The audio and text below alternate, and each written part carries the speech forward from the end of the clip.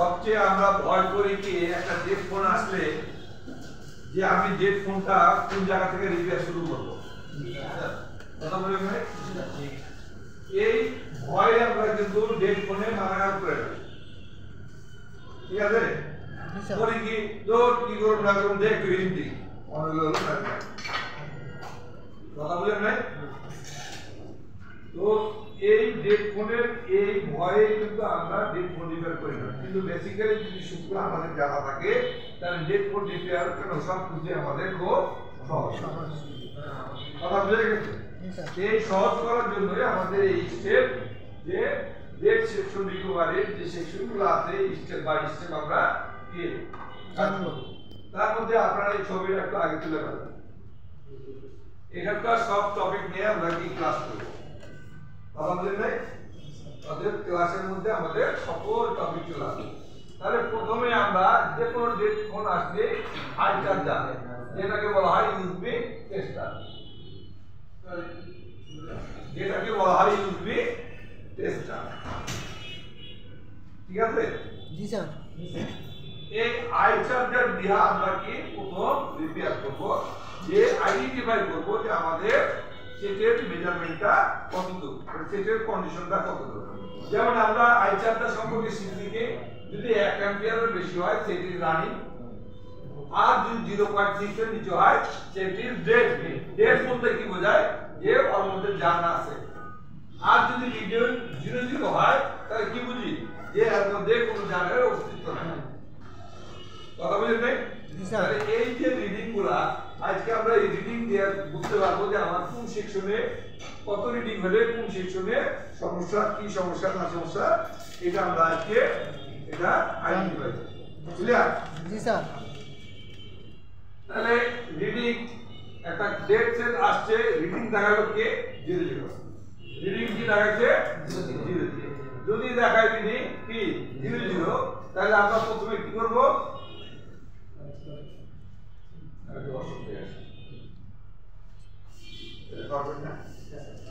প্রথমে charging connector check করব।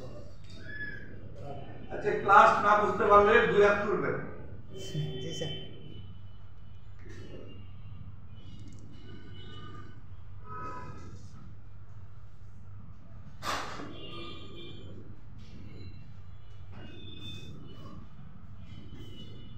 এই সেকেন্ড মিনিট ক্লাস বন্ধ করেন, ক্লাসে বন্ধ করেন। আচ্ছা, তো আমাদের যখন একটা কাস্টমার ডেট ফোন নিয়ে আসবে, হ্যাঁ, তখন আপনি প্রথমে আপনি দেখে কিন্তু তাকে একটা কিছু বলতে হবে, যে একটা বিলের কথা তো বলতে হবে না। এখন দেখেন সে নতুন একদম ভালো ফোন, ধরেন 6 মাস কিনছে বা 1 বছরই ধরে, হঠাৎ কিছু একটা প্রবলেম হয়েছে, ডেট হয়ে গেছে, সামহাও কোনো কারণে ডেট হয়ে গেছে। এখন এসে বললো ভাই আমার ফোনটা তো এই ব্যাপার, এই ঘটনা। এখন আপনাকে কি বুঝ করে এসে ফোন করতে দিবে, আপনি যদি কিছু না বলেন আপনি কি দিবেন? আপনিও কিন্তু দিবেন না। আগে বলবে ভাই আমার ঘটনা কি, ফোনের ফোনগুলো আগে তাকে বলতে হবে যে ভাই আপনার আইসির সমস্যা, পাওয়ার আইসি, কিছু তো একটা তারা বুঝ দিতে হবে, তাই না? আর আপনি তো আন্দাজে বুঝ দিতে পারবেন, আর আপনি দিলেন একটা ভিতরে হয়ে গেল আর কিন্তু এটা ঘটনা মনে করেন যে এটা হয় কাস্টমারের লস না আপনার লস, যে কোনো একজনের লস হবে। তো আমরা বেসিক্যালি আই চার্জার দিয়ে আমরা কিন্তু ধরে ফেলি যে আসলে আমার প্রবলেমটা কোন জায়গায় হতে পারে। আমরা 100 এ 100 না হলেও আমরা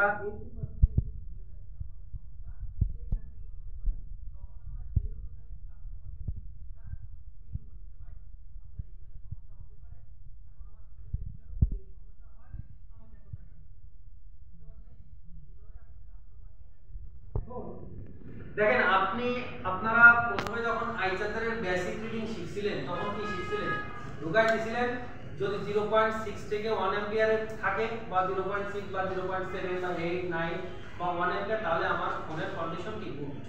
কি গুড, ভালো। এখন দেখেন আপনার ফোনের চার্জ মনে করেন 80% এর উপরে, তখন আপনার তো আসলে 1 অ্যাম্পিয়ার টানার কথা না, তখন হয়তো 0.6 বা 7 এরকম টানতে পারে। কিন্তু 0.6 এর যদি নিচে চলে আসে তাহলে কিন্তু আপনার ফোনে সমস্যা আছে। এটা হতে পারে 00 হতে পারে, 0.1 হতে পারে, 2 হতে পারে, 3 হতে পারে, এটা কিন্তু আমরা চেক করে পারি। তো বেসিক্যালি আমরা যখন চেক করব তখন আপনি ধরেন আই চার্জারটা কি ঢোকালে আপনার রিডিং কি দেখালো 0 0 কি দেখালো 0 0 তখন আপনি কি করবেন প্রথম কি চেক দিবেন চার্জিং কানেক্টর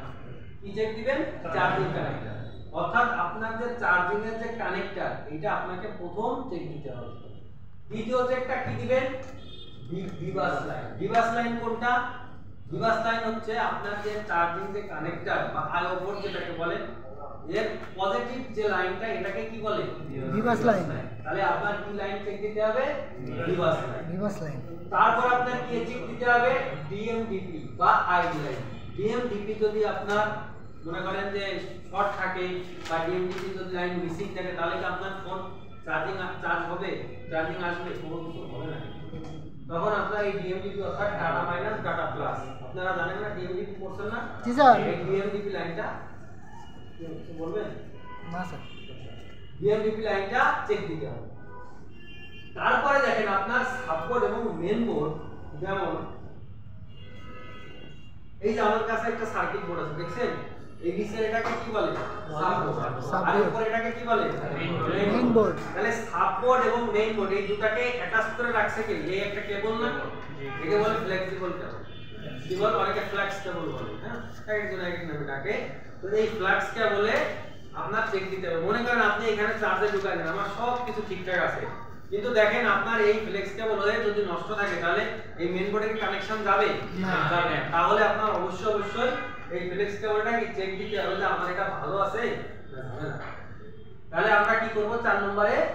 আমরা ফ্লেক্স কেবলটা চেক দিব 5 নম্বরে কি করব ওবিপি আইসি কি আইসি ওবিপি আইসি আমরা ওবিপি আইসি একটা চেক দিব কারণ ওবিপি আইসি কি কাজ করে বলেন তো ওভার ভোল্টেজ প্রোটেকশন অর্থাৎ আমার ফোনের যে অপ্রত্যাশিত যে ভোল্টেজগুলো এই ভোল্টেজগুলো যাতে আমার ফোনে যাতে কোনো ক্ষতি করতে না পারে এইজন্য এই ওবিপি আইসিটা দেওয়া হয় তাহলে আপনার লাস্টে কি করতে হবে ওবিপি আইসিটা চেক দিতে হবে অর্থাৎ ওবিপি আইসি যদি ড্যামেজ থাকে তাহলে আপনার এই রিংটি 00 শো করতে পারবে তারপরে কি চেক দিতে পারেন তারপরে আপনি দিবেন চার্জিং আইসি বা ডিসি টু ডিসি আইসি বা বিকিউ আইসি এখন দেখেন চার্জিং আইসি যদি নষ্ট হয়ে থাকে তাহলে আপনার যে বিপিএস বা আপনার ব্যাটারিতে যে ভোল্টেজটা সেটাকে আসবে আর না স্যার কোনো ভাবে আসবে না তাহলে চার্জিং আইসি যদি মনে করেন যে নষ্ট হয়ে যায় তাহলে কি আপনার আসলে কি ফোন কি ওই পাশে আর লাইন যাবে তাহলে আপনার চার্জিং আইসিটাও কি চেক দিতে হবে তারপরে দেখেন 7 নম্বরে আপনার কি করতে হবে বিপিএস লাইন কি লাইন বিপিএস লাইন চার্জিং এর পরেই যে লাইনটা এটা কি লাইন বিপিএস লাইন এখন দেখেন বিপিএস লাইন যদি শর্ট থাকে তাহলে কি আপনার সেকেন্ডারি কোনো লাইনে ভোল্টেজ যাবে না বলেন কোনো আপনার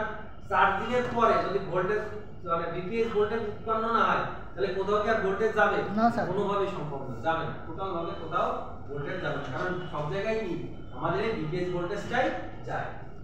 লাস্টে দেখেন আমার লাস্ট চেক একদম সর্বশেষ দেখেন আমার এই 7টা লাইনই ক্লিয়ার তারপরেও আমার কি লোক আমি ধরতে পারতেছি না তখন লাস্টে কি চেক দিবেন পাওয়ার আইসি এবং সিপিইউ কি চেক দিবেন পাওয়ার আইসি এন্ড সিপিইউ পাওয়ার আইসি এবং সিপিইউ চেক দিবেন তাহলে দেখেন আমরা একটা চিত্রের কাছে চলে যাই এখন চিত্রটা যদি আপনি দেখেন তাহলে আপনার আরো বিষয়টা ক্লিয়ার হয়ে যাবে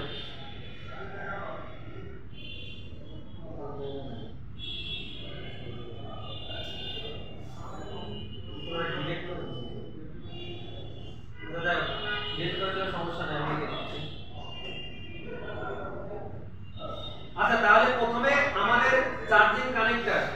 কানেক্টর থেকে একটা লাইন মনে করেন এটা একটা চার্জিং কানেক্টর থেকে একটা লাইন কি line positive line Vivas line প্রথমে একটা ওবিপি আইসি হয় না ওবিপি আইসি কোথায় যায় ওবিপি মনে করেন এটা ওবিপি ওয়ে কোথায় যাচ্ছে এটা কি চার্জিং আইসি না